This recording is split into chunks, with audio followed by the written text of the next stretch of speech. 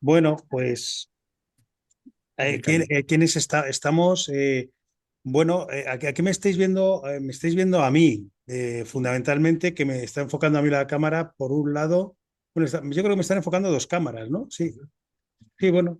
Lo digo porque sepáis un poco también quiénes estamos aquí en esta parte de la sala. Si queréis decir los nombres un poco y así ya nosotros estamos viendo a Mónica, estamos viendo a Antonio Inturmendi, a María, Juan Manrique, a Mila. Bueno, Sí, Ignacio está aquí no, con nosotros. A perdón, Giselle. no pongo la cámara porque tengo muy mala iluminación. Hay luz, pero Vale, se me ve muy mal. vale. Consigo cómo dirigir la cámara está Victoria. Y bueno, somos bueno, ya somos una comunidad, no una masa, somos una comunidad, somos miembros suficientes para cuantitativa y cualitativamente, sobre todo. Pues está con nosotros también, bueno, si queréis decir los nombres, está Antonio García, que está por aquí con nosotros. ¿Quiénes más estamos? Catalina Velarde, que soy nueva, soy chilena, soy doctora en filosofía clásica y amiga de Ignacio, Ujú, que me invitó. Encantado. Yo soy Laura Santos y estoy haciendo la tesis sobre López Quintas. ujú. Encantado. De Miguel, conozco a Ignacio, acabo de depositar la tesis, Bueno, buena. que la semana pasada, Mm, y es gastronomía López Quintas, abriendo ámbitos al profesor. ujú. Yo soy Federica Benjamín, soy de Italia, de Roma, y soy profesora invitada aquí, y nada, me interesa López Quintas y por eso te digo, me ha invitado Álvaro Belán. Muy bien. ¿Escucháis bien desde allí las presentaciones? ¿Se escucha bien para el diálogo? Sí, Sí, sí. porque vamos a introducir unas pequeñas modificaciones técnicas en cuanto a la metodología de exposición para poder dar participación de la manera más ecuánime posible, tanto a los que estamos en presencial como a las personas que están online, ¿no? Porque siempre ocurre lo mismo, los que estamos en presencial acaparamos las intervenciones por aquello que nos creemos dueños y en posesión del espacio físico, ¿no? Decimos, bueno, estos de online los convertimos en espectadores inconscientemente y están como una especie de balcón mirándonos cómo debatimos aquí en el foro los otros. Y entonces, para evitar estas cuestiones, porque la sesión pasada, que verdaderamente estuvo interesante y demás, lo pasa que se da un diálogo, a veces que es un diálogo entrecruzado aquí mismo, ¿no? Con lo cual, las personas que están online, pues se quedan un poco en clave de espectadores y nunca queremos aquí que seamos meros espectadores en terminología de la Quinta, sino que seamos partícipes y creemos el mayor encuentro posible, ¿no? Entonces, hasta ahora la metodología de trabajo, pues yo iba exponiendo una serie de ideas relativas al tema eh, pues que nos ocupaba el día en concreto, y bueno, y se iban haciendo una serie de intervenciones y digamos, casi a micrófono abierto, quien quería intervenir pues levantaba la mano o hablaba y bueno, íbamos dando la palabra de esta manera. No quiere decir que no lo vayamos a hacer así, es decir, vamos a procurar la intervención de todos los participantes lo máximo posible, pero lo que sí os vamos a proponer es, primero, tener una intervención. Yo introduciré las ideas principales de la reflexión o del debate o síntesis del capítulo que trabajamos hoy, que, como sabéis, es el tema de la verdad. Y entonces yo ocuparé un espacio al principio de la sesión, pues tenemos una duración en torno a una hora y media, pues ocuparé un espacio por de unos 50 minutos o 40, no quiero ser muy extenso, para luego ya, después de la intervención, sí abrir los turnos, que sea el turno de preguntas, es decir, ordenarlo un poquito. Primero intervención y luego preguntas, y así de ese modo, pues los que estáis online podéis levantar la mano, los que estamos aquí podemos dar la mano y sabemos que estamos en ese turno de preguntas, ¿no? Un poco por hacer la nos acaba de poner un plano Ignacio Pou que es absolutamente estético, no sé cómo decirlo, nos está mirando desde arriba la cámara ahora. Esto es como casi una fotografía de. No sé, sí, sí, nos ve. Un Sí, dron. está muy bien. Bueno, en todo caso, yo no me voy a extender mucho más, pero simplemente comentaros esto, que además para las compañeras de Brasil, que ellas también, pues Hay personas dentro del seminario que no, que su lengua de vehicular, su lengua de origen no es el castellano, entonces, o el español, ¿no? Entonces no tiene mayores dificultades también en toda esta interacción que hacemos, ¿no? De pregunta-respuesta, pregunta-respuesta. Entonces vamos a tratar de hacerlo así. Vamos a hacer una primera introducción y las ideas base, las reflexiones fundamentales, las preguntas, porque además yo me consta que luego para el trabajo posterior que hacen desde allí de Brasil, que es un trabajo absolutamente encomiable de transcripción, de reflexión sobre las ideas, de síntesis de las mismas, pues yo creo que esto les puede facilitar bastante el trabajo. Entonces vamos a tratar de facilitarlo lo máximo posible. Bueno, dicho esto, sin más dilación, voy a introducir un poco el tema que nos acomete hoy, que como sabéis, es el tema de la verdad. En la obra de la mirada profunda y el silencio de Dios, nuestro profesor ha ido tratando una serie de cuestiones en las que nos va preparando de alguna manera para entender cómo se da ese acceso al nivel 4, ¿no? Entonces, a modo de síntesis, hemos pasado por las preguntas filosóficas que nos planteamos en sesiones anteriores, como qué es el hombre, cómo se desarrolla la persona, el concepto de mirada profunda, transfiguración, el encuentro, y luego nos hemos ido metiendo poco a poco en el conocimiento de los valores, ¿no? Siempre es un poco la dinámica, digamos, espiral que él va planteando en muchas de sus obras, y en esta, como no iba a ser de otra manera, pues también lo lleva a cabo, ¿no? Entonces ahora estamos en el momento de ir valor por valor, por decirlo de alguna manera, pues desbrozándolo un poquito, ¿no? Hemos pasado por el valor de la belleza, por el valor de la justicia, y ahora nos encontramos con el valor de la verdad. Eh, yo haría un apunte previo, ¿no? A cómo acomete el conocimiento de la verdad. Y ya es sorprendente filosóficamente hablando. Lo digo para cuestiones que no aparecen en el mismo texto, pero que nos pueden invitar a reflexionar. No hace una teoría del conocimiento al uso del profesor, ¿no? No se plantea las preguntas clásicas filosóficas de cómo, qué puedo conocer, cuáles son las condiciones del conocimiento, cuáles son las condiciones del acceso a la verdad, un poco retrotrayéndonos a la, a la tradición filosófica más kantiana, por ejemplo, ¿no? Que ya la hemos nombrado aquí en estas sesiones, cuáles son qué tipo de lógica nos acomete para acceder a la verdad. No se mete por estos vericuetos más puramente filosóficos, sino que ya el propio título del capítulo ya nos avisa en qué plano está planteando el acceso a la verdad, porque el nombre del capítulo no deja de ser verdaderamente significativo. Dice, la verdad o la plenitud de la vida que queremos lograr. Nos lo pone en un plano, digamos, del ser, en un plano existencial. No es un plano cognitivo, no es un plano conceptual, no es un plano de lógica discursiva, de condiciones del conocimiento a priori, a posteriori, la verdad, aquello de lo que podemos, aquella tradición filosófica más clásica, ¿no? Y en el capítulo, en diferentes ocasiones, como es habitual en su obra, cita a San Agustín, que ya la ha venido citando con anterioridad y en el que entronca de alguna manera la reflexión y nos lleva a las confesiones de San Agustín, donde San Agustín nos liga alma, conocimiento, verdad y amor. Y nos lo va citando y no deja de ser, en el planteamiento sorprendente, ¿no? Nos cita algunas frasecitas de las confesiones, no sé si en concreto en este capítulo, pero a lo largo de la obra de la mirada profunda, dice, el alma es llevada por amor. Luego en las confesiones nos dice San Agustín, ¿desea algo con más fuerza al alma que la verdad? Nos está conectando amor con acceso a la verdad. Ya es un posicionamiento filosófico muy claro.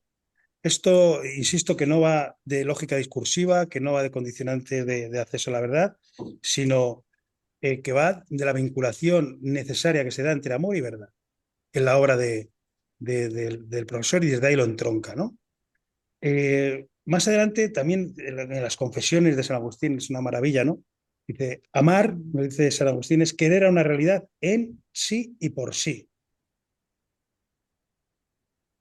Y ahí nos va citando esta serie de cuestiones que nos está como preparando el discurso por donde va a desarrollarse la reflexión, ¿no? también nos trae un compañero de viaje muy interesante, tanto en el capítulo como en capítulos previos y posteriores, que es nuestro buen amigo, que tanto lo conoce además José Luis Avellán, ¿no? Y la ha estudiado tanto, que es Saint-Exupéry, que es el texto que hoy nos acompañaba y sobre el que iremos ahora, ¿no? Y nos dice Saint-Exupéry, con este lenguaje, bueno, animo fervientemente a que se lea directamente las obras de Saint-Exupéry como Ciudadela, ¿no? O Tierra de Hombres, que tiene un lenguaje un tanto críptico y un tanto mistérico, por decirlo de alguna manera, pero a la luz del pensamiento de López Quintás se entiende perfectamente, o yo por lo menos lo he entendido, a dónde van esas afirmaciones, esas frases de Saint-Exupéry, ¿no? Porque nos dice Saint-Exupéry en Tierra de Hombres, la verdad para un hombre es lo que hace de él un hombre. Y a veces, insisto que la manera de escribir de Saint-Exupéry a veces es casi aforística, ¿no? Incluso en Ciudadela, por supuesto que es aforística. Nos dice un poquito más adelante Saint-Exupéry, por eso me gustaría ir un poco de la mano del autor francés en esta primera parte de la introducción, ¿no? Dice, muchas personas ven su vida falta de sentido y quisieran como nacer de nuevo.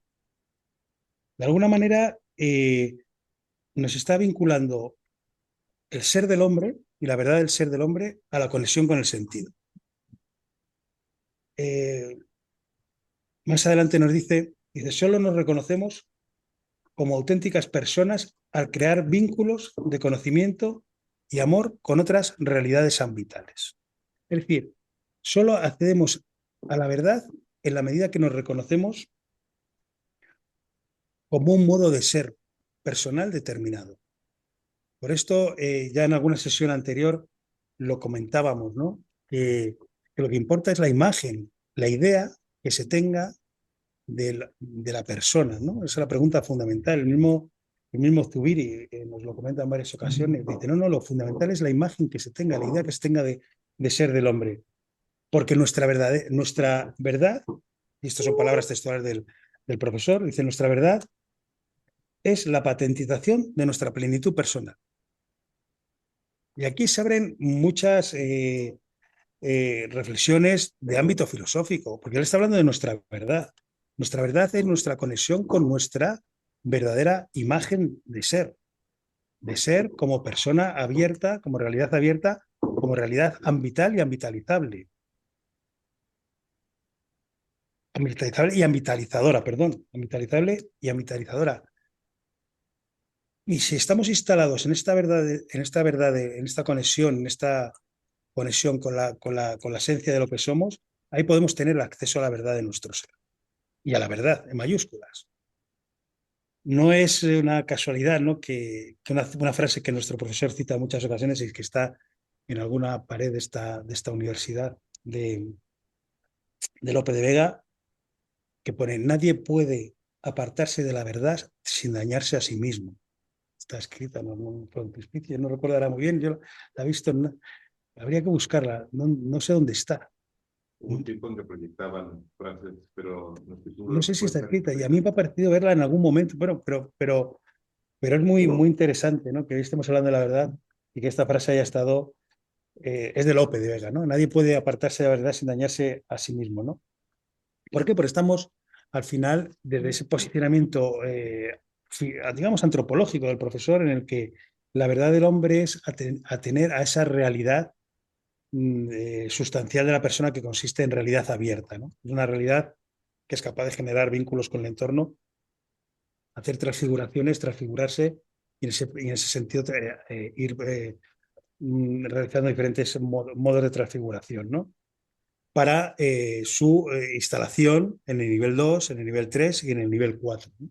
En la medida que la persona es capaz de ir instalándose progresivamente en esos niveles, está construyendo su verdad. Y insisto mucho en esto de su verdad, porque aquí hay una pregunta que luego, si queréis, en el coloquio podemos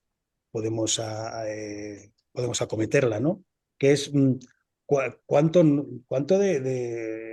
filosóficamente de subjetivismo no podemos decir en esta afirmación. Es mi verdad. Y él lo escribe así, nuestro profesor. Luego él lo matiza muchísimo, él se lo explica muy bien. Pero sí me gustaría que lo pudiésemos debatir un poco. Es la verdad de ese hombre, porque yo la conecto con ella a la medida que conecto con mi sentido, incluso habla con mi tarea vital, ¿no? En algún momento, cuando se trae a Saint-Exupéry de la mano, y en el texto este que os traía hoy, eh, que lo leo textualmente, ¿no? Ponía, no sabemos prever lo esencial. Cada uno de nosotros ha conocido las más cálidas alegrías cuando nada permitía esperarlo. Nos han dejado tal nostalgia que hasta llegamos a añorar nuestras desdichas si de estas han brotado aquellas alegrías. Todos hemos saboreado, al encontrar a nuestros compañeros, el encanto de los malos recuerdos. Vuelvo a preguntarse Saint-Exupéry, ¿dónde se aloja la verdad del hombre? Más adelante escribe aquella famosa frase que en algún momento todos hemos escuchado al profesor, hemos leído, ¿no? Dice, hay aquí un gran misterio del hombre. Pierden lo esencial e ignoran lo que han perdido. Se está preguntando verdaderamente por el sentido de la vida. En Tierra de Hombres, todo el relato es una búsqueda, digamos, experiencial, fenomenológica, de lo que significa la búsqueda de sentido, que es lo que entronca realmente con la configuración del ser del hombre. En cuanto yo encuentre ese sentido, estoy instalándome de algún modo en el acceso y el conocimiento de la verdad del hombre, la verdad del ser. Estamos hablando de una verdad lógica de correspondencia entre sujetos, predicados y demás, ¿no? Y nos dice más adelante el propio Saint-Exupéry, la verdad no es lo que se demuestra. Y entra Saint-Exupéry más poético, ¿no? Es una preciosidad, dice, si en esta tierra y no en otra los naranjos echan hondas raíces y se cargan de frutos, esta tierra es la verdad de los naranjos. Si esta religión, esta cultura, esta escala de valores, esta forma de actividad y no otras favorecen en el hombre esta plenitud y liberan en él a un gran señor que se desconocía, es porque esta escala de valores, esta cultura, esta forma de actividad son la verdad del hombre. La lógica, que se las arregle para rendir cuentas de la vida. La lógica explica, la lógica describe, la lógica es descriptiva, ¿no? Pero la lógica no permite el acceso a la verdad profunda. Digamos, la lógica de entender, me voy a acotar un poquito, la lógica discursiva, la lógica de predicados, la lógica de enunciados, esta es lógica que tenemos más por la lógica que en terminología de nuestro profesor será esa lógica de nivel 1. Simbólica. No, porque la lógica simbólica ya, sí, no, bueno, sí, bueno, sí, podría ser la lógica simbólica. También, efectivamente. Y nos dice más adelante el profesor, lo decisivo es que cada uno encuentre su verdad, la que colma nuestra vida de sentido. Parafraseando a Saint-Exupéry, dice, como sucede a las gacelas cuando sienten nostalgia por los amplios espacios donde van a saborear el miedo y correr fatales riesgos. Nuestras nostalgias van unidas con nuestra verdad más profunda, la definen en buena medida. Yo animaría, en algún seminario, en alguna reflexión, ha salido ya hacer una filosofía del anhelo, de la nostalgia. El profesor, en muchas ocasiones en sus obras, nos comenta que la persona anhela los niveles superiores. Tiene un anhelo de los niveles superiores. ¿Qué significa ese anhelo? Es un anhelo de... Incluso, hombre, podríamos meternos en terminología, sería un estudio bonito, ¿no? En terminologías, nostalgia, porque él habla de anhelo más que de nostalgia. Podríamos decir, nostalgia es que es algo que se ha perdido y que lo echas de menos, simplificándolo mucho. El anhelo es algo a lo que aspiras. A lo que aspiras porque forma parte consustancial, o sea, ya has estado allí. Deseo, diría San Agustín. El deseo... El deseo agustiniano, ¿no? Que sí, te lleva a la plenitud. Pero el profesor sí que está haciendo el deseo. Sí, entre anhelo y deseo sí. Nostalgia no veo yo, seguramente lo distinga, pero el deseo es más de nivel 1, el deseo es nivel 1, pero el anhelo es Sí, el deseo de profundo. nivel, el deseo profundo es agustiniano, en términos agustinianos. Sí. Pero porque de alguna manera se ha participado previamente en... El deseo de Dios. El deseo sería el anhelo de nivel 4. Giussani le da la nostalgia esa proyección hacia el infinito. ¿Cómo? Ese nostos, ese hogar, es también un destino para Giussani, coetáneo de... Claro, don Giussani habla de eso, porque el deseo, los tipos de deseo, ¿no? El deseo, que también tiene lugar en los niveles de deseo, que hay un deseo del apetito, pero hay otro deseo que es que el corazón está hecho con esa pregunta que no se queda tranquilo hasta que llega la respuesta, ¿no? Entonces, ahí hay todo un recorrido filosófico. Hay una región del ser, en términos filosóficos, hay una región del ser de la que somos partícipes de una manera previa. Y esa idea de urdimbre a la que se vuelve, a la que se está instalado, está muy en relación con un término que también hemos movilizado en estas sesiones y hemos trabajado sobre él, que es el famoso ordo rerum, ¿no?, de San Agustín. Y esa distinción que hacía, lo digo para los que os habéis incorporado un poco más tarde en alguna sesión y está grabado por allí, Mónica lo tiene, que hablábamos del ordo rerum y el ordo amoris, ¿no?, de San Agustín, cómo lo va movilizando el propio profesor en su obra. Y podríamos decir que la mirada profunda, en terminología quintasiana, no sé nada decir quintasiano, la mirada profunda sería la capacidad de ver el ordo rerum en todo su despliegue, ese orden de las cosas, ¿no? Ese orden de las cosas que él no llama cosas, en un nivel muy primario, el nivel 1 sí serían cosas, pero la posibilidad de ver toda la trama ambital de la realidad, ¿no? Y en terminología agustiniana es como si pusiéramos proyectarlo en dos capas, ¿no? Está el ordo rerum, pero esto ordo rerum no se me desvela si no es a través del conocimiento del ordo amoris. Digamos, en el anclaje filosófico de que aquello fue creado por amor y que es lo que mueve esa realidad, ¿no? Por eso vincula siempre el acceso al conocimiento de la realidad y a esa verdad con las actitudes previas necesarias para poder acceder a esa realidad. Y en esto hemos insistido mucho en estas sesiones. No es una inversión metodológica entre teoría del conocimiento, ética. Bueno, ¿qué estamos hablando? Pues esto sí es muy de la filosofía. Bueno, usted que es incluso los propios departamentos, uno se va a la Facultad de Filosofía, no sé a quién está en esta casa, ¿no?, pero uno va a la Facultad de Filosofía de pues, la Universidad Autónoma, la Complutense, y áreas de conocimiento, ¿no? Esto es epistemología, esto es teoría del conocimiento, esto es ética, esto es estética, y está absolutamente particionado, ¿no?, fragmentado. Entonces, pero el propio profesor nos está haciendo una aproximación al acceso a la verdad desde la movilización de este orden, ¿no? Por esto,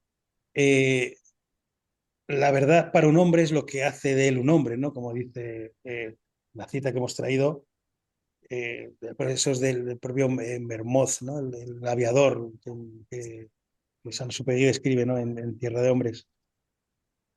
Entonces,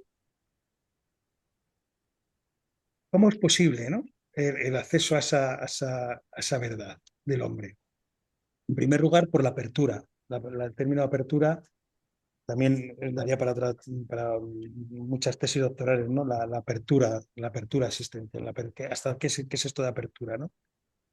Apertura al hombre, como hemos dicho muchas veces, como realidad abierta, que se abre a otras realidades que son abiertas, con las que puede co-crear y establecer diferentes niveles de encuentro y co-crear otros ámbitos de realidad, ¿no? Y esto es posible, la apertura, porque hay una apertura a los valores, ¿no? En ese nivel 3, ese tercer nivel de apertura sería los valores, que no son, insiste por eso también el propio profesor insiste mucho en que no son cosas, no son entes, no son subjetividades, sino son realidades envolventes, ¿no? Que me permite a mí, a la persona, entrar en relación con ellas. Por eso cobra todo el sentido, también en este capítulo que nos vuelve a traer a Guardini, que y la famosa frase de Guardini, que es muy esclarecedora, que nos dice que el que se aleja de la verdad enferma, su espíritu enferma. El que se aleja de los valores, su espíritu enferma. Aquel que se aleja de los valores se enferma en espíritu. Porque no es que deje de crecer, ni de proyectarse, ni de tal, sino que decrece. Que se aleja de los valores, decrece. La verdad nos sana, la mentira nos enferma. Son palabras de Guardini. Pero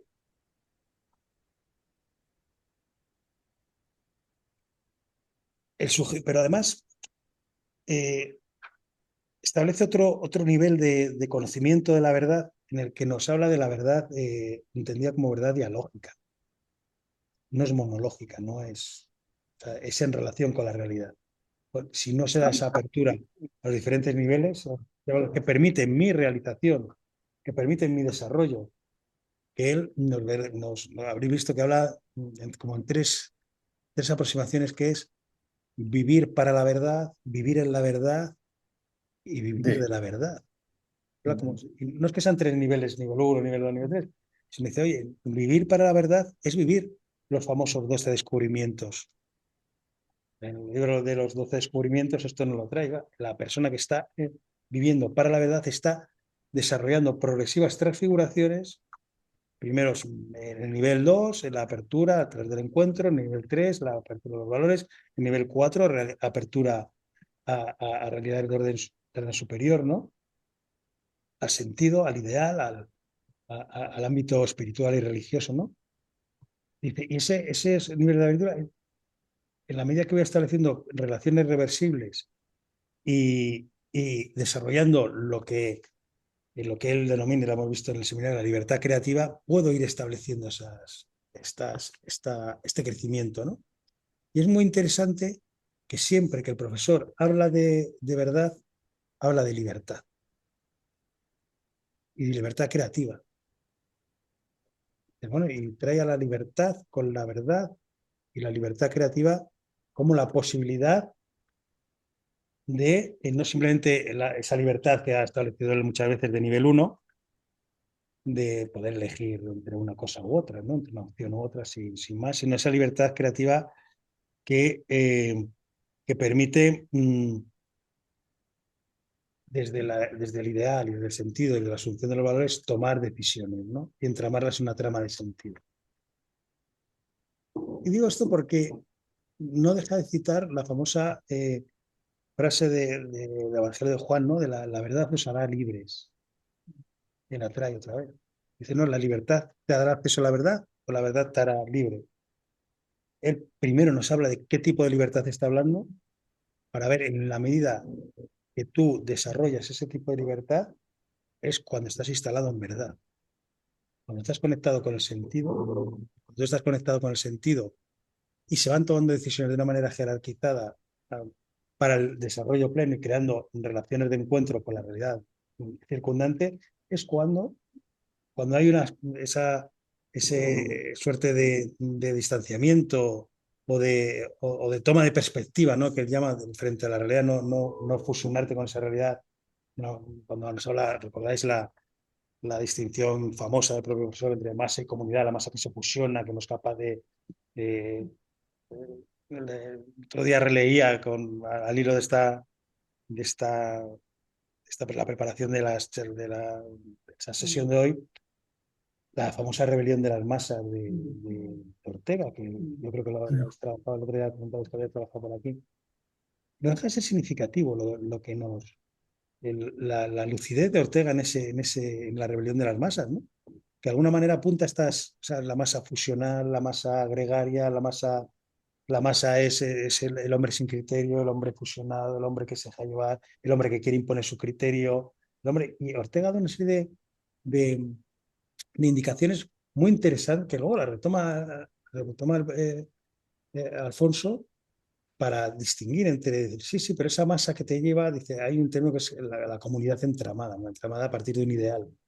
Pero esa comunidad es lo que te permite tomar distancia. ¿Verdad?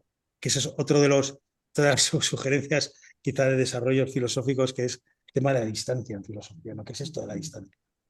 La distancia personal, la distancia existencial, la distancia entre niveles. O sea, ahí se puede hacer un trabajo precioso, ¿no? Sobre un seminario muy bonito sobre el término de distancia en filosofía, ¿no? La distancia de perspectiva es lo que me permite generar encuentro con el otro, lo que me permite diferenciarme, individuarme desde ese primer momento, cuando el profesor en capítulos anteriores nos hablaba de los protoámbitos, como la urdimbre afectiva que genera la madre con el niño, el ámbito, el ámbito nivel 2, otros ámbitos ámbitos de diferentes niveles, ¿no? Pero eso es posible entrar en relación con ellos en la medida que se toma distancia con esa realidad. Si no se toma distancia, estamos fusionados. Por lo tanto, tomar distancia me va a permitir individuarme, no convertirme en un individuo aislado, pero sí individuarme para poder entrar en relación con la realidad circundante. Y eso es lo que me va, lo que en clave más filosófica del profesor, es lo que me va a tener conciencia de que estoy en verdad. Porque estar para la verdad es ir desarrollando los 12 descubrimientos, objetos, ámbitos, experiencias reversibles, tal, el encuentro. Y estar en verdad es estar con la conciencia de ser un ser de encuentro. Eso es estar en verdad.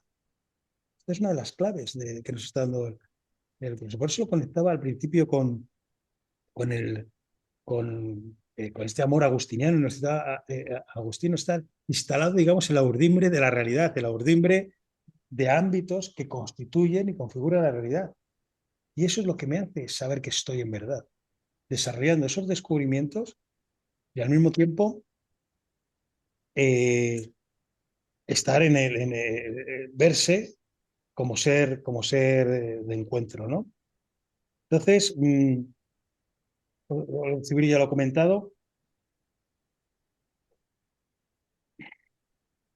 cuando sigo el proceso de los 12 descubrimientos, con la transfiguración de la realidad y la conducta respecto a esa realidad transfigurada, se descubre toda la riqueza actual y introduce aquí un término que también es interesante. Preveo la futura forma que puedo llegar a ser. O sea, cuando uno va desarrollando estas relaciones de encuentro, es posible que pueda proyectar mi forma, la visión reveladora de mi verdadero ser. O sea, cuando voy creciendo en esa relación cuando es como una especie de figura ideal de mí. Este ser, ¿Mm? un ser de encuentro con el otro, ¿Mm? con el otro horizontal o con el otro vertical o las dos cosas. Es que, claro, en el nivel 2 es cuando descubrimos, o sea, el nivel 2 es el nivel del encuentro, tecnología con el otro, con el ámbito, Con el otro, con la persona como ámbito, o el encuentro con realidades ambitales, que no tienen necesariamente que ser personas. Lo que pasa es que hay un nivel de encuentro privilegiado que es con la persona, ¿no? Porque tiene capacidad intelectiva, sentimiento, voluntad, libertad, es con un ser personal. Luego un nivel de encuentro con una obra musical, con una obra artística, vistas como ámbitos. Luego en el nivel 3 el encuentro es con los valores, los grandes valores. Digamos, utiliza la palabra conmover, ¿no? Mover, entrar en el ámbito de participación de los valores. Y luego está el nivel de encuentro en el nivel 4, con el creador, con Dios, un ámbito, puede ser un encuentro, aquí pues Guardini no habla mucho de ese encuentro personal, ¿no? Con Dios, pues pueden descubrir nivel de encuentro, incluso cuando esto lo hemos trabajado, es decir, es que con la figura Dios, ¿no? Con la persona, con la personificación del encuentro con Cristo, con Dios, y te puede llegar una persona y decir, bueno, es que hay un nivel de encuentro que es un nivel espiritual. El profesor no nos habla del nivel espiritual, nos habla del nivel religioso. Está pensando en Dios creador. Y aquí en el capítulo, este libro, sí lo explicita. Porque hasta ahora el profesor va hablando del nivel 4, porque claro, aquí nos sale y lo digo también para que cuando leemos las obras del profesor, pensemos que estamos también leyendo al filósofo pedagogo, muchas veces. ¿Vale? Está el filósofo y está el filósofo que, digamos, me hace mucha gracia cuando decimos que es un influencer, ¿no? Con los vídeos y todo esto, pero él tiene una preocupación permanente que sigue manteniendo a día de hoy, que es que la metodología que él está, porque esto es una metodología de pensamiento y de pensamientos, digamos, y ya no solo de pensamiento, sino de experiencia. Es una metodología de experiencia de vida en la que él no quiere que nadie se quede.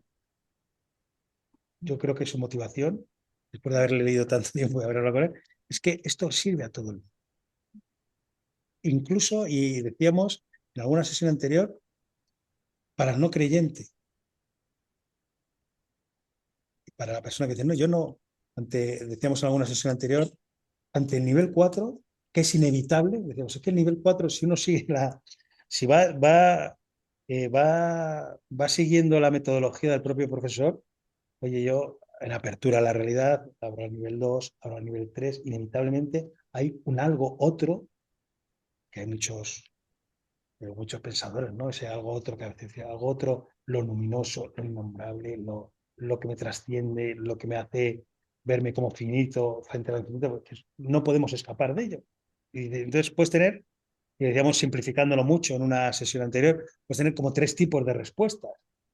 Oye, el asumir personalmente, ¿no? Y el compromiso tal, una respuesta de creyente a lo mejor que cristiano, ¿no? Yo asumo la negación, esto no existe, es una respuesta del pensamiento ateo, ¿no? Esto, me lo he encontrado, pero no existe.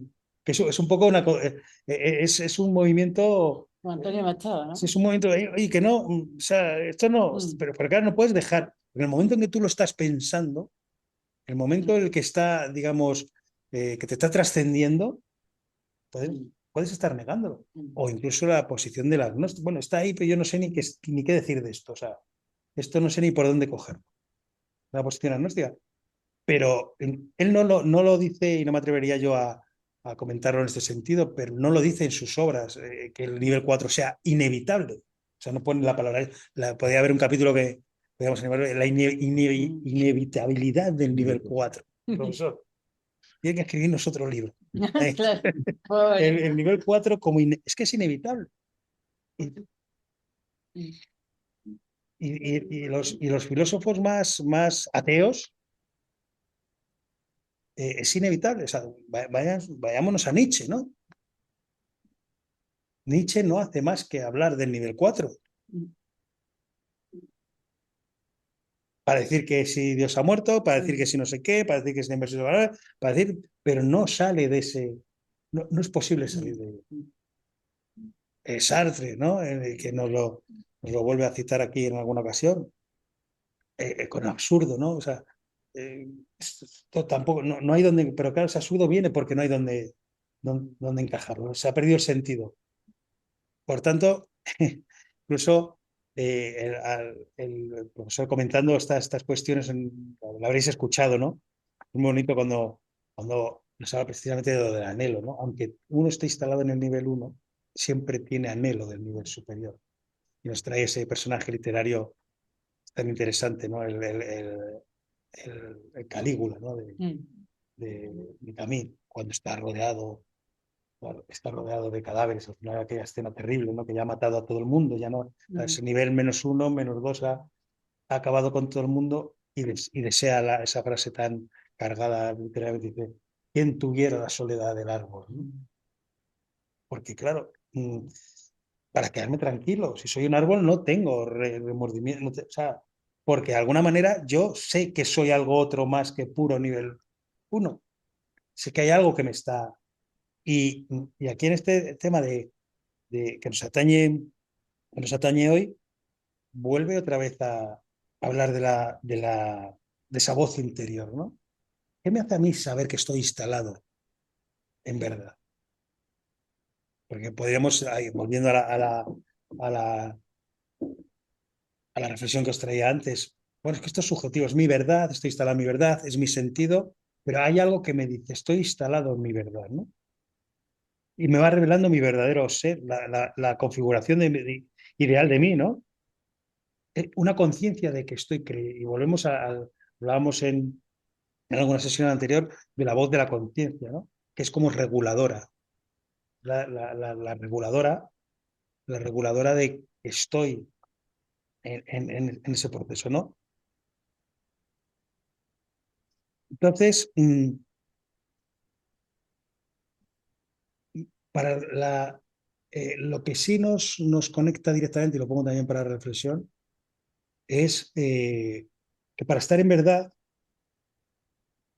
la verdad implica, el acceso a la verdad implica la asunción activa y comprometida con los grandes valores. Porque son los que promocionan o desarrollan mi personalidad y mi persona. Si no estoy en ese desarrollo, no puedo estar en verdad. Por eso, traía en las sesiones también traemos algún apunte a veces de algún autor clave que se entiende muy a la luz del pensamiento de López Quintana. Yo comentaba en alguna ocasión, algún descanso con alguno, y ya hay autores de la historia de la filosofía, pues seguramente que aquí hay estudiosos de la filosofía que saben mucho más que yo, seguramente. Pero yo hay autores que los he comprendido y conocido con las gafas de López Quintana, con sus gafas, con su manera de mirar, me parecían muy oscuros, me parecían incomprensibles, me parecían... Y uno de ellos os voy a traer dos, porque estamos hablando de la verdad, que son Husserl y Heidegger. Husserl, padre de la fenomenología, y ahí toda la tradición fenomenológica, porque Alfonso no deja de ser un gran fenomenólogo. De hecho, su obra es fenomenológica. Y cuando uno lo va leyendo, es pura fenomenología. Cuando quiere, explicarnos la verdad, nos habla de experiencias, nos describe experiencias, nos habla de los valores, nos describe cómo se conocen los valores, experiencias de conocimiento de los valores.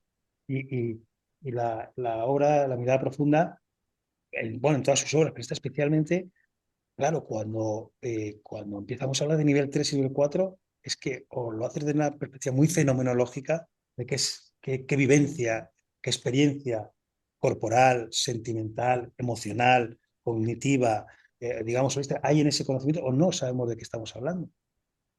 Entonces, cuando Husserl nos dice la famosa frase que tantas veces ha citado a las cosas mismas, ¿no?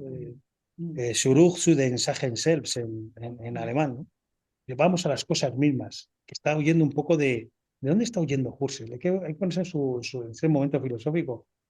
Él está huyendo del idealismo, De Kant. está huyendo de Kant, está huyendo está huyendo de Hegel, de ese idealismo que evanescente, que no, que, bueno, pero ¿esto qué es? ¿No? Esto no tenemos por dónde atraparlo. Están hablando de la verdad, ¿eh? Están hablando del conocimiento de la verdad. ¿Cómo accedemos a la verdad? Y dice, pues vayamos a las cosas mismas. También está huyendo del objetivismo ingenuo, ¿no? Aquel, Sí, claro. esto, lo que conocemos son estos objetos que miden, y de ese empirismo no radical también. Esto no, y se plantea una cosa que es la misma pregunta filosófica que lleva debajo del brazo nuestro profesor. La realidad no es lo que estamos viendo. La realidad no es simplemente una realidad cósmica, objeto de nivel 1, sino cuando Husserl nos dice, vamos a las cosas mismas, vamos a la experiencia vivida de esas cosas mismas, a toda esa fenomenología, a toda esa interacción que en el conocimiento de la realidad se está dando, y toda esa experiencialidad, que no es una experiencialidad descriptiva.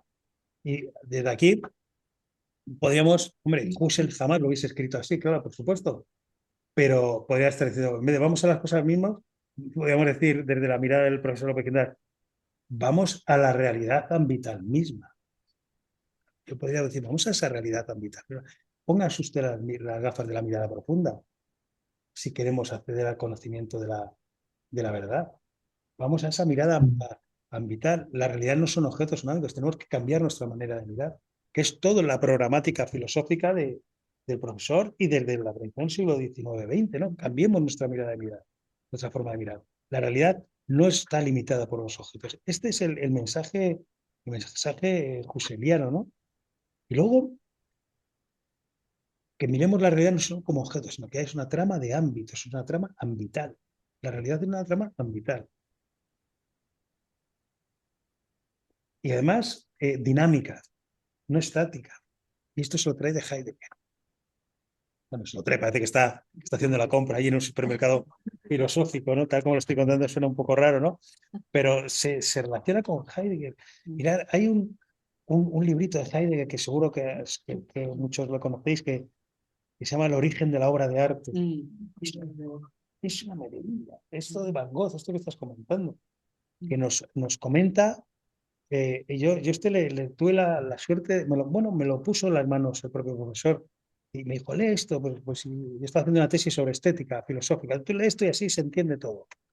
Yo lo leí, pero yo lo entendía porque lo explicaba él muy bien, en un libro también muy bonito que tiene, que se llama Para comprender la experiencia estética y su poder formativo, que era una colección que saca Edusa, me parece que es ay, no sé el nombre de la editorial, no recuerdo, que son de un formato cuadrado, y en una serie de libros muy bonitos. Que estas cosas yo creo que ya no se hacen. Es decir, estos proyectos casi humanísticos, para comprender la experiencia estética y su poder formativo. Yo tengo otro en casa que es para comprender la sociología y no sé qué. Para comprender, y me lo estoy comprando, la Feria del Libro Antiguo, la colección de para comprender la sociología, para comprender la historia, debían encargarle a cada autor y al profesor le encargaron para comprender la experiencia. Y ahí hace un comentario de la famosa ermita pintada del propio Van Gogh y de las botas de Van Gogh. Y habla de la verdad. Y dice Heidegger, la verdad de las botas está, y de la jarra, os acordáis también de la jarra la jarra, la verdad está en el hueco de la jarra. Esto casi es mistérico, ¿no? Yo a veces dices que me voy a remangar y voy a coger el lapicero porque esto, dice, la verdad está en el hueco de la jarra. Dicen aquello que no está, pero que lo dice todo en el verter del agua. Igual que cuando habla de las botas, en el hueco de esas botas desgastadas, ese cuero, tal, y empieza a hablar del campo, empieza a hablar de los labriegos, empieza a hablar de las estaciones, empieza a hablar del sol. Temer por el pan, la muerte en torno. ¿De qué está hablando? Y pues nos volvemos a San Superior cuando dice, oye, el naranjo que crece, su verdad está en la tierra que le hace crecer. La persona que está en una cultura, que está en un lugar, su verdad está en su cultura y en sus valores. Y ahí hace un posicionamiento también muy claro filosóficamente. Los valores son objetivos y es nuestra urdimbre. No son intenciones, no son elucubraciones, no son acuerdos tácitos que cambian no, están, y son como nuestra urdimbre, nuestra tierra, la tierra del naranjo, ¿no? Y al estar ahí, es estar en la tierra. Cuando empieza a desarrollar, dice, bueno, y esto es la verdad. Tenía uno de los textos de Heidegger por aquí que lo voy a leer. Y claro, ¿y por qué es? Dice, ¿por qué es la verdad? No dice Heidegger de esto. Y se va a los griegos, al famoso aletheia, ¿no? De cómo se desvela. Es que nos desvelan la verdad, y dice una cosa también muy filosófica, así, nos desvelan la verdad del ente, de esa cosa que es. Pero ese ser está en muchos niveles y despliegues de realidad. Yo lo entendí cuando hablaba de lo de la ermita, ¿no? Cuando hablaba de los cuatro en relación, ¿no? Estos cuatro famosos de Heidegger, que dice, bueno, dice, ¿qué son estos cuatro? Que en alemán es una traducción que se llama Das Geviert, que es como los cuatro, que yo creo que lo comenté en alguna ocasión, que es como los cuatro siendo al tiempo, ¿no? Una cosa como muy dinámica, porque Heidegger huía un poco de esa visión estática de la realidad. Dice, una ermita, dice, es un fruto del encuentro entre el cielo, la tierra, los mortales y los dioses. Y dices, bueno, esto también uno se queda así pensando, ¿qué significa esto?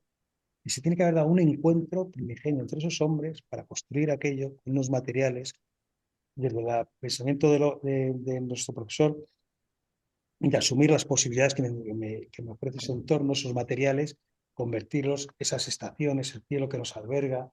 Dice, en el nivel 2 se da un encuentro entre esos hombres, en el nivel 1 el trabajo de los materiales, en el nivel 3 pues los valores de lo comunitario, del compartir, dice, pero en el nivel 4 eso queda sacral. En el 4 hay un encuentro con Dios, ¿no? Y ese encuentro, cuando preguntabas antes, bueno, pues ese encuentro se da a esos 4 niveles. Y eso es lo que hace que la ermita sea verdadera. Esa es la verdad de la ermita. La verdad del pan, del trozo de pan, Trigo. del trigo, es la confluencia de esos cuatro. Y esa es la verdad, poder ver esa trama relacional que está, digamos, sustentando la realidad, una especie de suspensión, ¿no? Está como suspendida. Sí, me faltó Mm. pero estoy todo el rato pensando en Julián María Ujú. y la relación que tenga con López Quinta. Porque, por ejemplo, Julián María también habla mucho de encuentro, pero él dice que la verdad, o sea, ahí, el otro día en la jornada sobre Julián María se nos decía, la verdad por Julián María ya no es aletheia, ya no es desvelamiento, sino que es revelación. Ujú. Entonces, ahora que hablamos de esto, todo el rato me venía esto de la revelación. Mm. Es un nivel como más personal todavía, ¿no? O sea, Ujú. yo veo en ellos dos un intento de mirar la realidad de una forma más personal. Mm. Porque comúnmente cuando hablamos de encuentro, yo no me encuentro con un perro. O sea, si yo digo, oye, he encontrado a alguien, no Mm. un perro, Ujú. no. Una palabra que se refiere más a un nivel personal. Pero entonces no sé si este intento de El encuentro es personal. eso, por eso, El encuentro es un encuentro personal. pero yo, si me encuentro con una persona, pasa algo. Si me encuentro con una cosa, o se puede hablar de encuentro con una mesa. Con la mesa como ámbito. Lo que pasa, Claro. claro, con la tierra, porque, por ejemplo, el labrador, pues, Eso, por eso digo que me parece que hay como este intento de ver cómo la realidad es más personal de lo que nosotros pensamos. O sea, de lo que comúnmente se piensa en la metafísica clásica. claro, es que yo cuando te he dicho, no, el encuentro es personal, es que el encuentro entre dos, bueno, aquí no, bueno, metemos unas disquisiciones, pues, A mí me es que ayuda a pensar, hay la persona a la que se encuentra con la realidad y con otras personas. Va a haber niveles de encuentro. Evidentemente, el nivel de encuentro con una persona tiene cualitativamente un valor que no es el nivel de encuentro con, pues con una obra musical. Y digo, bueno, es que aquí si hubiese un músico, digo, hombre, ¿cómo? Con las cantatas de Bach, yo tengo un nivel de encuentro que no tengo con ninguna persona. Pero es que la persona es tan cristalizadora. Claro. Y ahí está para mí es una de las cosas más potentes que he encontrado en los estudios que estaba haciendo. Esa persona la que habita y es la que encuentra todas las posibilidades de ser visible, incluso con un piano. Pero se puede hablar también del encuentro de la semilla con la tierra. Yo creo que él habla también de eso. Sí, y habla de un nivel de encuentro, por ejemplo, incluso entre dos estilos artísticos. Ya. Imagínate ya lo abstracto, que entran en confluencia, eso no es entran en confluencia, son personas las que lo desarrollan, ¿no? Pero que, gracias, cuando nos habla el profesor de cómo nace el canto tonal y la melodía y el encuentro primero con el canto gregoriano, luego cómo se mezcla con la polifonía, como tal, se encuentra, y hay un encuentro entre culturas, ¿no? Y dices, bueno, es que los estilos arquitectónicos son encuentros. Claro. Si uno mira los estilos arquitectónicos con esta mirada, no deja de ser una historia de encuentros culturales, encuentros artísticos, encuentros arquitectónicos. Ahí tendríamos que hablar de cualidades del encuentro, ¿no? Porque no es lo mismo el encuentro de la persona, el nivel de encuentro personal, con el nivel 4. Claro. Está en otra cualidad diferente, ¿no? Pero todos participan del encuentro. Una participación, digamos. Lo que sí nos dice el profesor que es que en el nivel 2 es el encuentro personal. El nivel 2 se da el encuentro personal, incluso, bueno, que es el nivel del encuentro. Siempre nos dice, el nivel 2 es el nivel del encuentro más, encima no es nada primario, ¿no? Pero el primer encuentro, ¿no? El encuentro dialógico con las personas.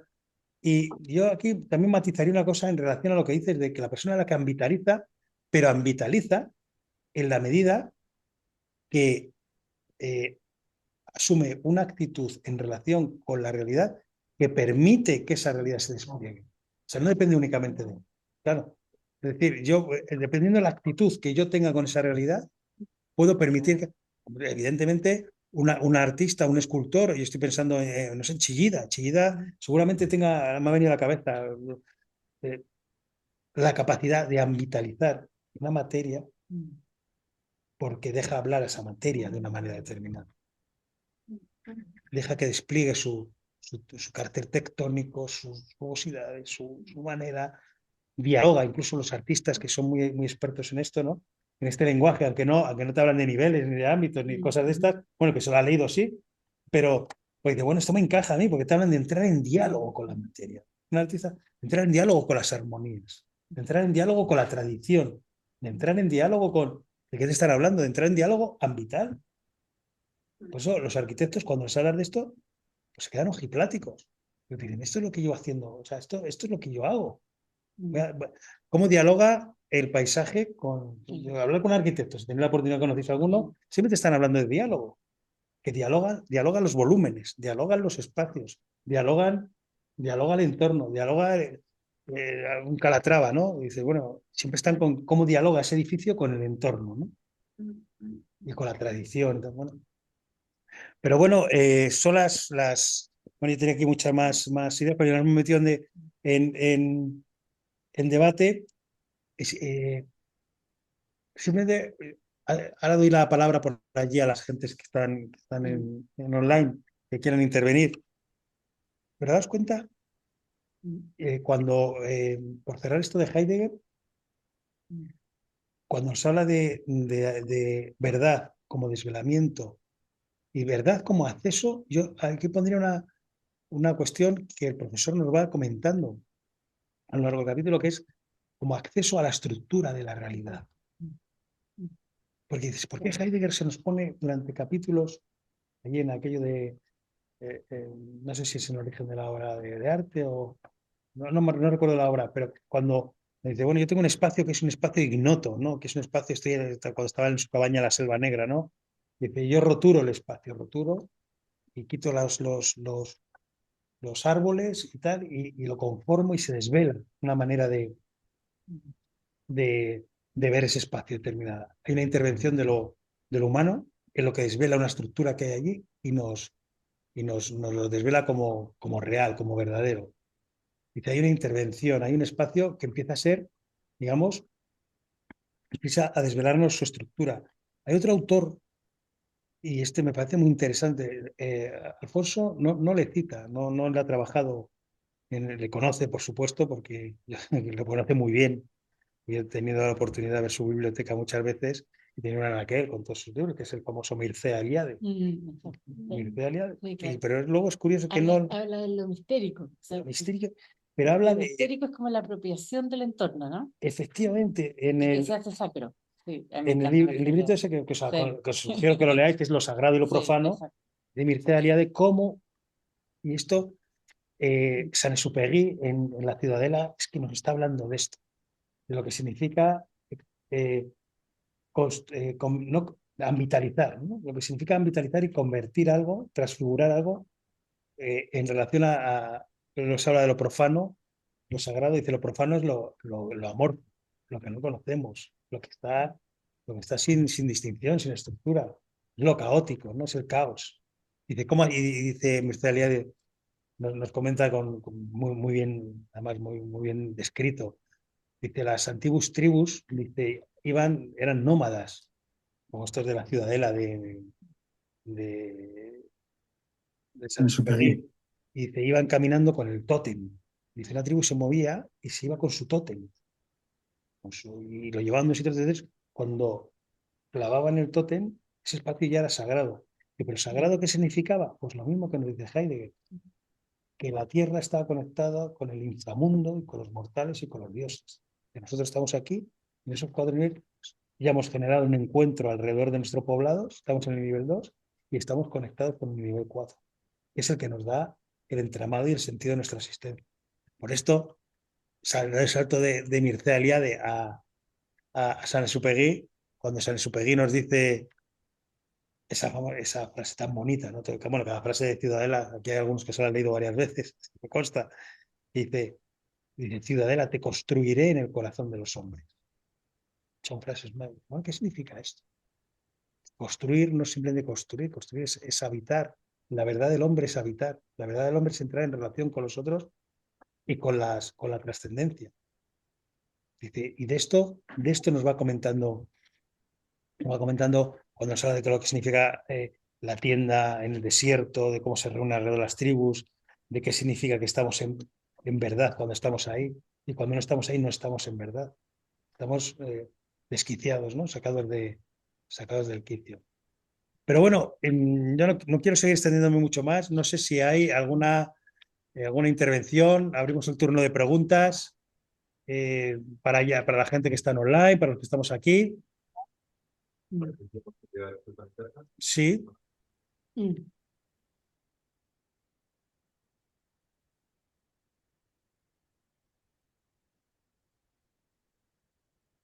Está diciendo Ignacio que dábamos prioridad, que no sé si te habrán escuchado, dábamos prioridad a los que estabais en casa, en online, por si queríais preguntar, que os abríamos el turno de preguntas.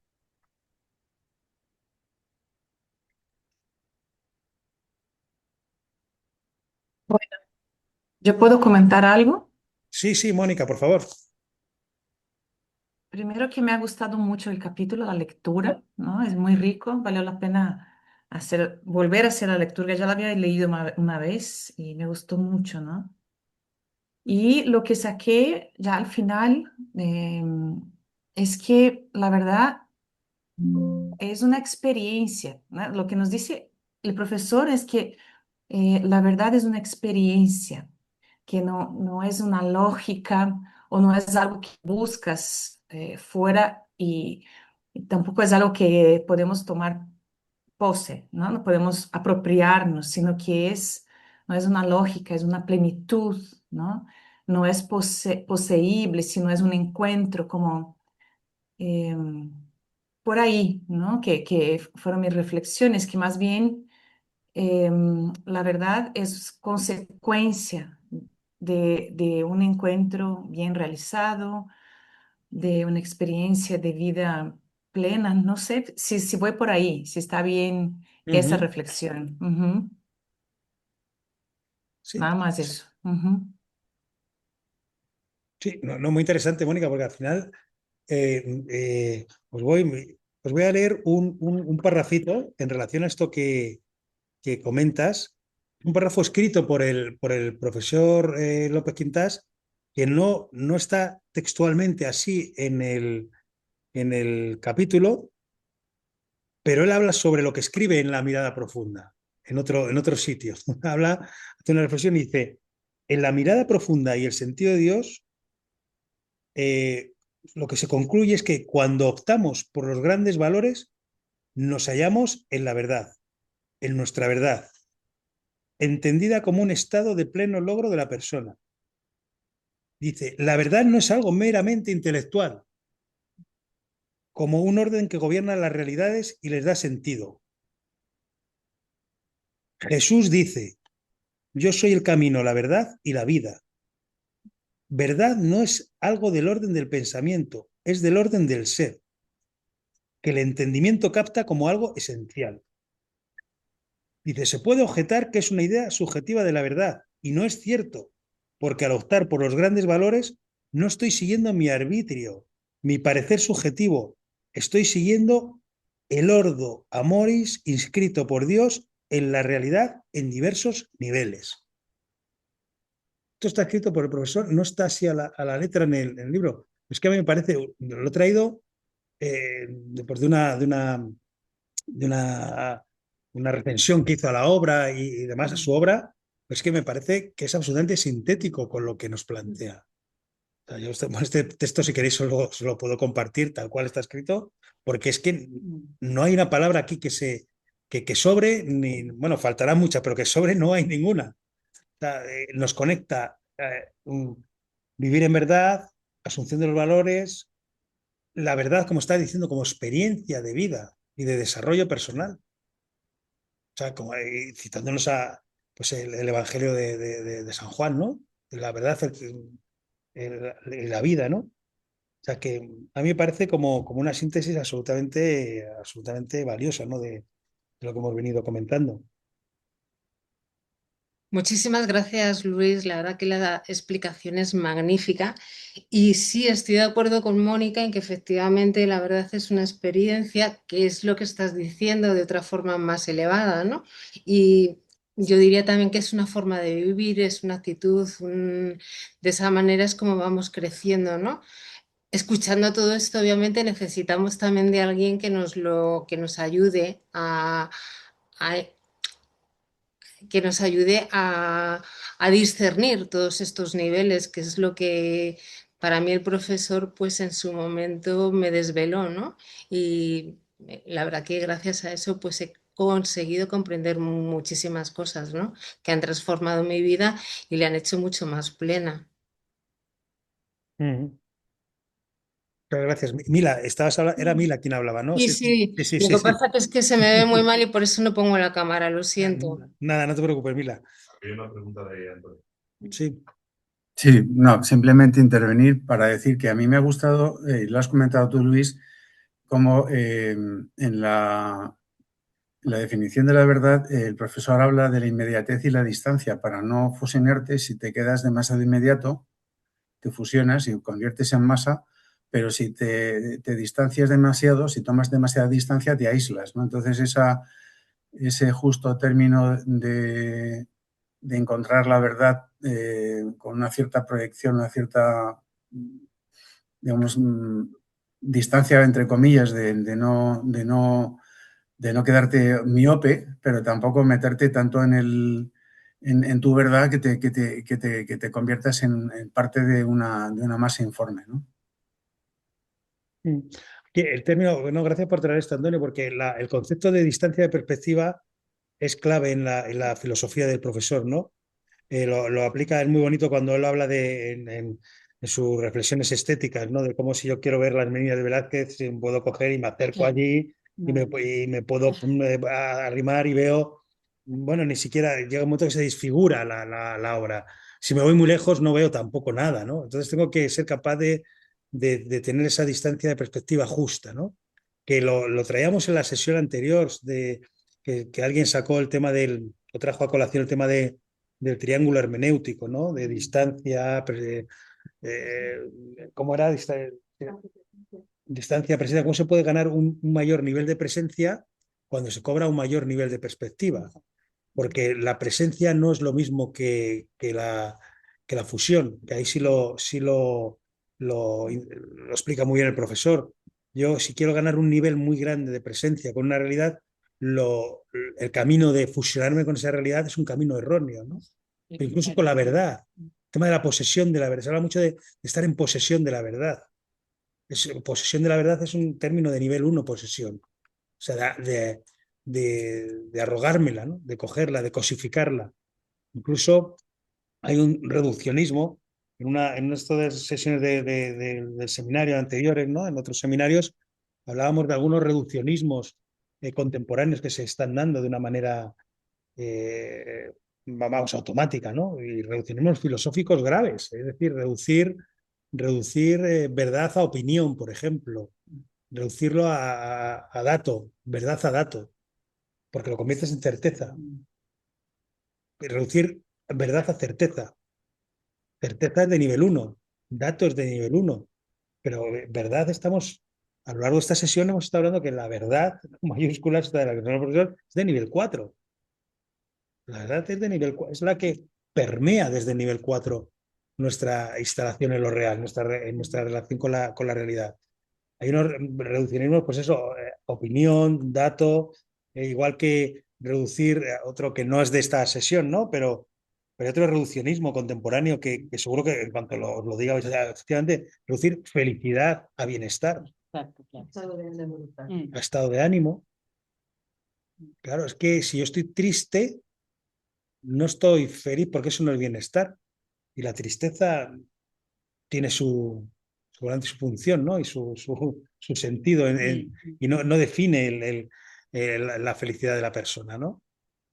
Entonces, ahí nos reduciremos, pero porque realidades de nivel 2, de nivel 3, pues, incluso de nivel 4, se reducen a realidades de nivel 1, de nivel 2. Pensar, y os hago la pregunta, ¿qué reducción hay en las realidades de nivel 4 actualmente? Perdón, y lo digo porque lo digo por esa vuelta que estamos escuchando aquí en España, se escucha mucho hay una vuelta a lo espiritual. ¿Hay un reduccionismo? ¿No lo hay? Quizá lo haya. ¿De qué estamos hablando cuando hablamos de nivel 4 en esos términos? No sé. Muchas gracias, Luis.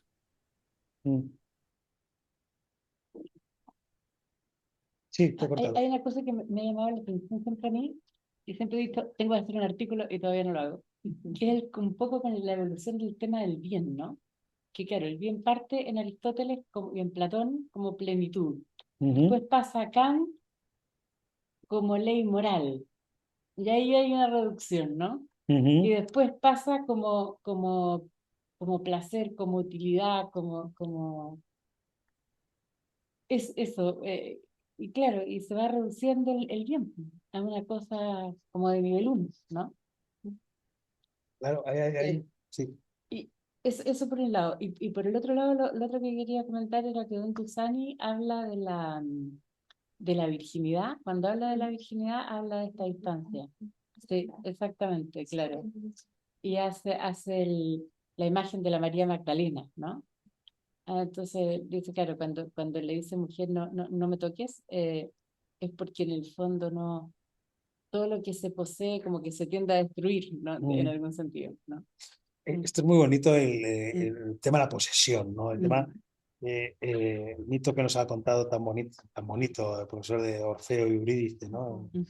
Lo trata en su obra en el amor humano, no deja de ser posesión, ¿no? Y cosificación. Yo a mis alumnos allí en la facultad no les cuento el mito de Orfeo y Eurídice, pero sí, como les gusta mucho el tema de la mitología, porque estos son, pero yo creo que les gusta por el tema de que hay mucho chisme, como dicen ellos, hay mucho chisme. En la mitología mucho drama y mucho chisme. Pero está el mito de Apolo y Dafne, que es muy bonito. Apolo como Apolo, como todos los pues, estos dioses, ¿no? Siempre andaban por ahí, por aquellos entornos, que andaban detrás de las ninfas, ¿no? Y Dafne es una ninfa preciosa que anda por allí y Apolo se enamora profundamente como se enamoraban cada 5 minutos los dioses, ¿no? Con la idea de poseer a Dafne. Y corre detrás de ella. Es un poco lo de Orfeo Eurídice, ¿no? Y corre detrás de ella y Dafne sale corriendo por allí, por aquellas selvas y se esconde y se esconde. Y justo cuando la va a atrapar Apolo, Dafne se transforma y se transforma en laurel. Pero se transforma en un objeto de posesión y un trofeo, ¿no? Porque Apolo coge a Dafne y se la pone en la cabeza y entonces a Apolo se le representa con ese laurel, ¿no? Laurel además de la victoria. O sea, todo tiene toda una lectura, que luego tiene una lectura que se podría dar mucho de sí, pero es cómo la realidad puede ser poseída, ¿no? Puede ser poseída, pero en cuanto la poseo, la reduzco. Porque poseer es de nivel 1, participar sería de nivel 2. Generar encuentro sería de nivel 2. Participar en la realidad, entrar en diálogo. Entonces, todo lo que aparece ahí son reduccionismos, ¿no? Entonces, todo el acceso a la verdad, ¿no? Que nos está proponiendo el profesor es entre en diálogo con la realidad, entra en relación de encuentro, entra en relación de encuentro amoroso. Porque muchas veces decimos encuentro, pero le quitamos yo personalmente tiendo a quitar la relación de encuentro amoroso. No se conoce lo que no se ama. Y esto que dice, bueno, es que esto es muy naif, esto es muy... No, usted no puede conocer lo que no ama. Y para poder amar tiene que estar en actitud de amar, en actitud reverente. La reverencia como una de las condiciones para el acceso a la verdad. Lo contrario es la posesión, el dominio, la tecnificación de la verdad, ¿no? A mí me recuerda a los términos de contemplatio y curiosidad, que se ven en Génesis, cuando Adán y Eva quieren equipararse a Dios con el árbol del conocimiento, sienten pudor del cuerpo, porque ahora el cuerpo ya no es algo que se venera, puede ser un objeto de deseo y de disfrute, y eso genera en ellos, acaban de objetivizarse, acaban de descender a un nivel 1, porque son capaces de ver al otro como un objeto de satisfacción, y no como el tú que necesito para construir un yo. Exacto. Hay una frase muy bonita de Antonio de Melo que dice: cuando miras a un árbol y solo ves un árbol, no estás viendo un árbol. Cuando miras un árbol y ves un milagro, estás viendo un árbol. Eso está en esa área de contemplación. Yo quería aprovechar ahora para hacer este tema. Ha aparecido por aquí la palabra anhelar. Anhelar. Yo, una vez hablando con el profesor, estuvimos hablando de este término, ¿no? Y he estado buscando, pero no lo encuentro. Me escribió un texto muy bonito sobre anhelar. Me dijo que anhelar venía del latín anhelare, que es la respiración necesitada que tiene el asmático. O sea, las personas con asma que apenas pueden respirar, eso es anhelar. O sea, es respirar con una necesidad perentoria del aire, ¿no? Y yo creo que eso es muy bonito, porque además es muy experiencial, ¿no? Porque al final todo lo que estamos hablando es experiencial. Y luego, conforme a lo que tú decías de si puede haber encuentro con un perro, ¿no? Yo te garantizo que con un caballo sí que lo hay. Con un caballo, porque claro, el caballo o puede ser tratado en el nivel 1, que por desgracia han sido tratados los caballos durante miles de años como objetos, o te puedes relacionar con él, lo puedes ambitalizar. Y efectivamente es el ser humano el que ambitaliza. Tú puedes decidir ambitalizar al caballo y relacionarte con él desde el respeto, la estima y la colaboración. El caballo, si no te conectes con Sí. él, no te Absolutamente. No, se ignora. No. Uy, a mí me han ignorado, sí. Ah. Pero esto es interesante, en realidad, pero la relación de encuentro, y esto es que depende de la mirada que uno establezca, porque seguramente yo, cuando hablas con una persona eh, que cultiva el campo, ¿no? Te habla del diálogo que establece con su tierra. Si tiene esa sensibilidad, porque puede ser una relación de nivel 1. Y aquí hay mucha revisión de que a la que hablamos tanto, ¿no? De medio ambiente, de sostenibilidad, de economía circular. Yo recuerdo, digo, pues es que esto es lo que. Os pongo el ejemplo, perdóname que traiga el ejemplo personal, ¿no? Esto es lo que hacía mi abuela, la economía circular en aquella aldeíta, con aquellas 2 vacas que tenía las únicas 2 vacas que podían mantener las tierras que tenía. Que eran, al mismo tiempo, las tierras podían absorber el estiércol que producían esas vacas. Y las trataba con una estima, un respeto y una colaboración tremenda, pero llegada el momento de matar a los que lo mataba y lo comía. Pero una relación, y bueno, es que pues una relación verdaderamente ya, claro, evidentemente mi abuela no me diría, no, es que esto es una relación dialógica, de encuentro, se hablaría en esos términos, la mujer, pero realmente era una relación dialógica de encuentro con todo un sistema de producción doméstica que entonces, y hay gente que pueden seguir con esa dinámica, pero hay otros sistemas que no han tenido esa dinámica. Esto que comentas de los caballos, ¿no? Y tu abuela no mataba a la vaca, la sacrificaba. Era un acto sacro, como antiguamente, claro, antiguamente a los animales se les sacrificaba. Yo no entendía nada de aquello porque la veía tratarlos con tanto cariño, con tanta devoción a aquellos animales, y luego decía, pues si luego es para comer. Yo, claro, estaba en nivel 1, entonces ya conseguí salir un poco al norte. Digo, pero yo no entendía, pero hombre, si luego lo vas a. Y ella, esto en términos filosóficos podría haber dicho, no, es que esto merece estima, respeto y colaboración, sabiendo que esto es ¿verdad? Y te estás relacionando en el nivel 2, en el nivel 3, incluso en el nivel 4, por eso es un don. Esto es un don. Claro, que Esto tengo que respetarlo. ¿Por qué? Y bueno, está parando mucho mi abuela en la sesión, pero ¿por qué mi abuela plantaba un roble y que va a tardar 200 años en crecer? Y bueno, pero esto, pues planta un eucalipto, ¿no? Que esto lo cortas y te da papel. No, claro, es una visión de si tú entiendes que lo que tienes ahí es una donación, que tienes que cuidarlo, que tienes que.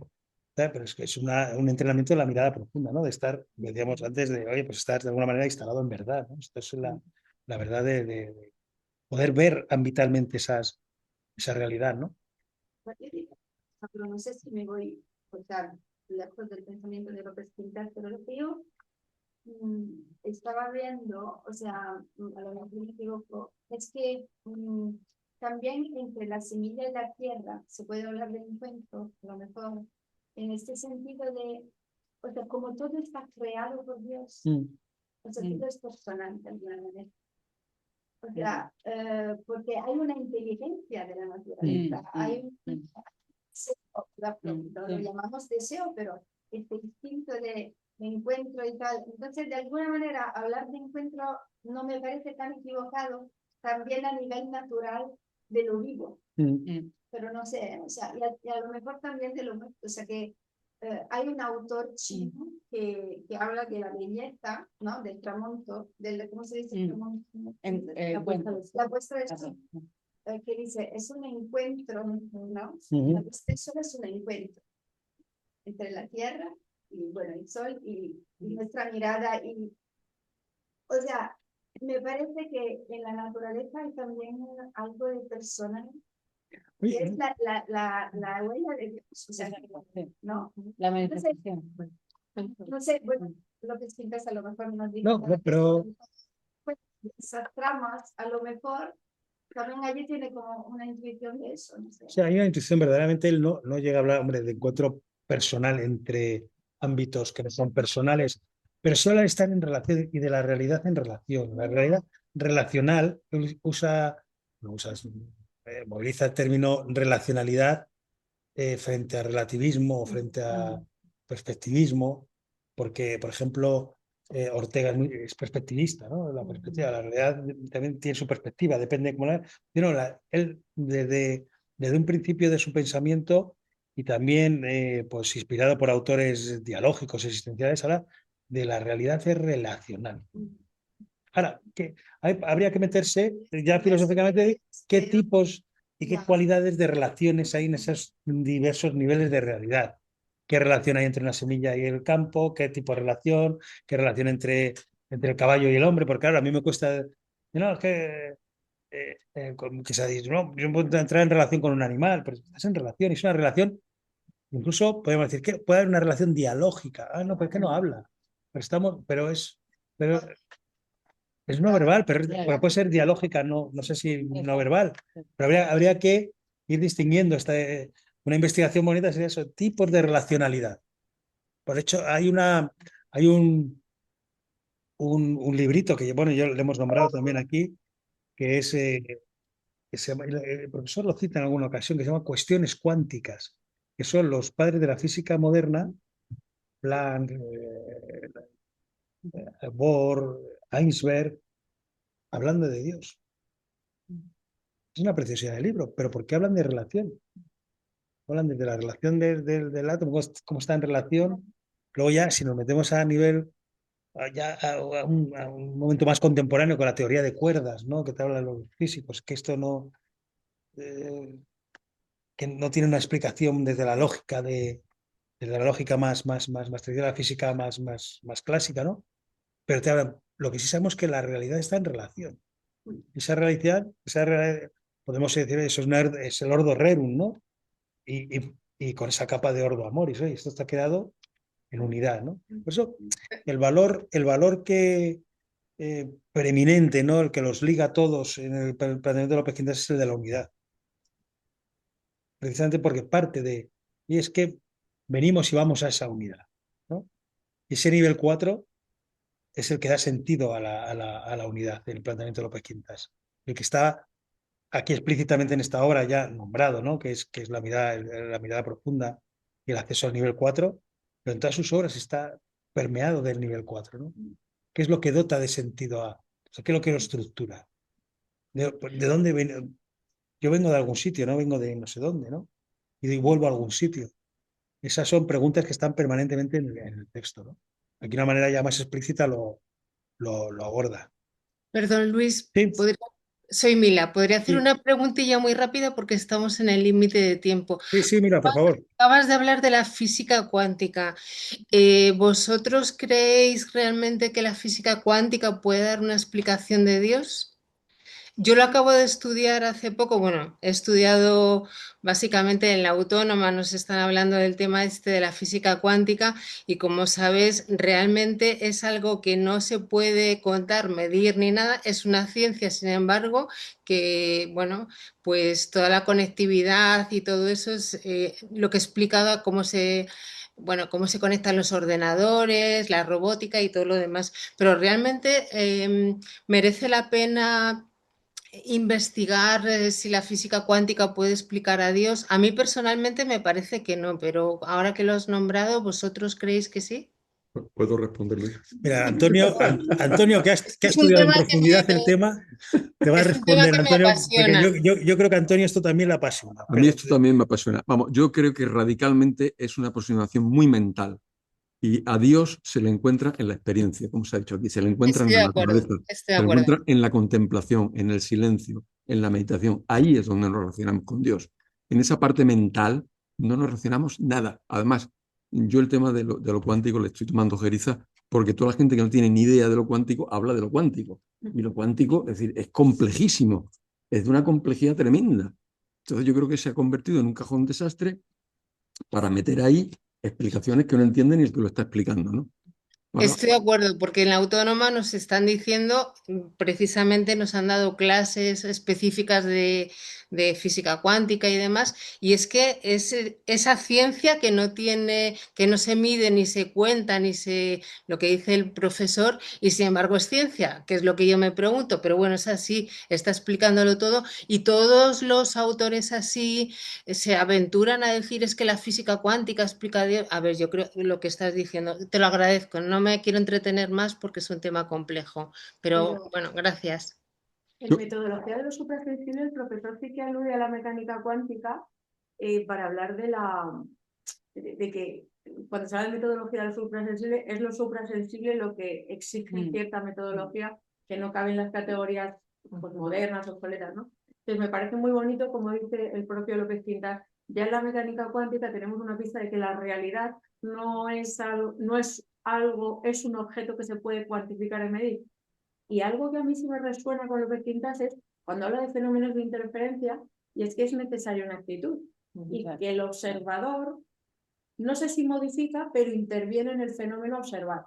Y de ahí a decir, bueno, hay mucha gente que dice que la teoría del Big Bang es porque el Big Bang colapsó, porque el observador que es Dios hizo posible que la potencia se generara acto. Entonces yo no me atrevería tanto a decir eso, pero sí me parece muy bonito cómo López Quintas, ese conocimiento que para nosotros a lo mejor está más o menos trillado, y en el momento en el que es muy atrevido, en el momento en el que en el 63 él habla de la mecánica cuántica para hablar de lo suprasensible. Y a mí esto sí me ayuda a arrojar un poco de luz sobre que la realidad ya no es clásica, la realidad ya no es ese objeto que se deja dominar o cuantificar, sino que exige una distancia y una actitud, que esto, lo que pasa es que esto es un melón, que el sujeto no sé si interviene en la realidad, pero al co-crear algo aporta al sujeto, no es mera recepción, ni sujeto pasivo. es pura relación, ¿no? Absolutamente. Absolutamente.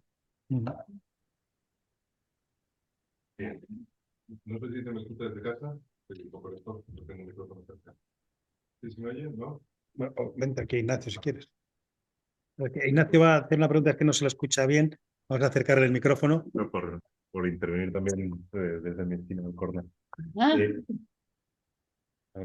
o sea, sí que hay un punto en el que el paradigma científico contemporáneo, bueno, contemporáneo propio de la modernidad, ha reducido la cuestión de la causalidad a una causa eficiente, que en el momento en el que se da el salto a la física cuántica ya no es suficiente para explicar lo que ocurre.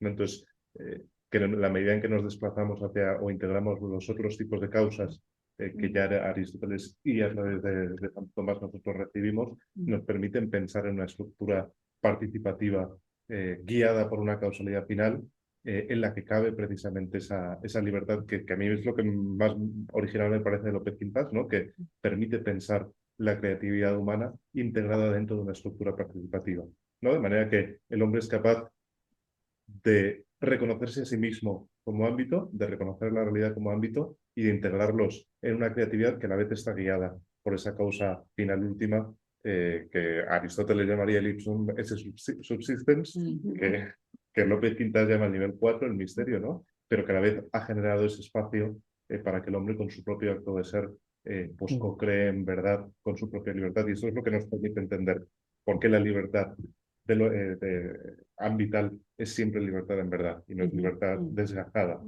no guiada por esa causalidad, ¿no?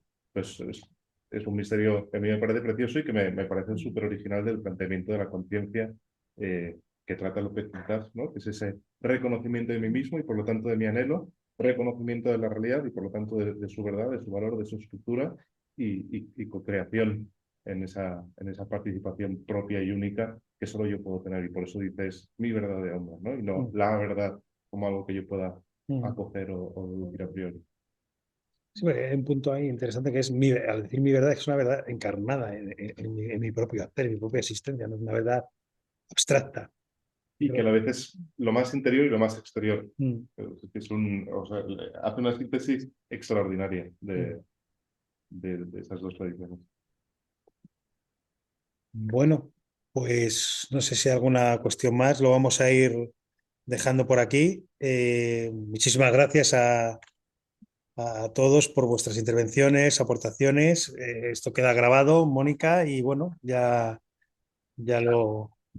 no sé, hay personas que no han podido estar por aquí, seguramente, bueno, pues se les comparte. Y nada más, pues agradeceros esto y nos vemos en, no sé, no recuerdo ahora mismo la fecha. Bueno, le haremos un recordatorio dentro de un mes, 4 de Sí, mayo.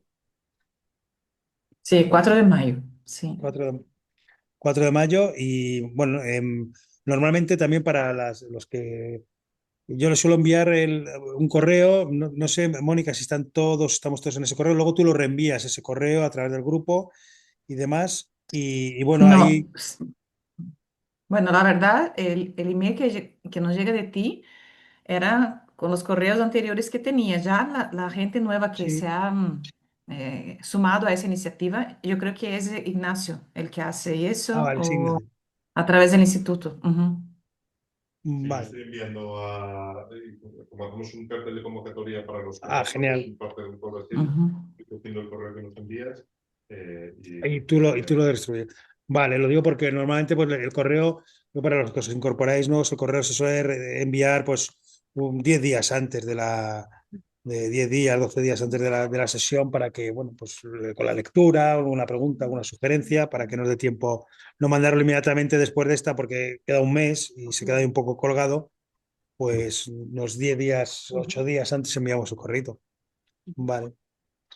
Muy bien, Ya. pues lo dejamos aquí entonces. Muchísimas gracias a todos. Gracias. Muchas gracias. Gracias, hasta luego. Muy bueno, muchas gracias. Bueno, da mucho de sí esto. Además, luego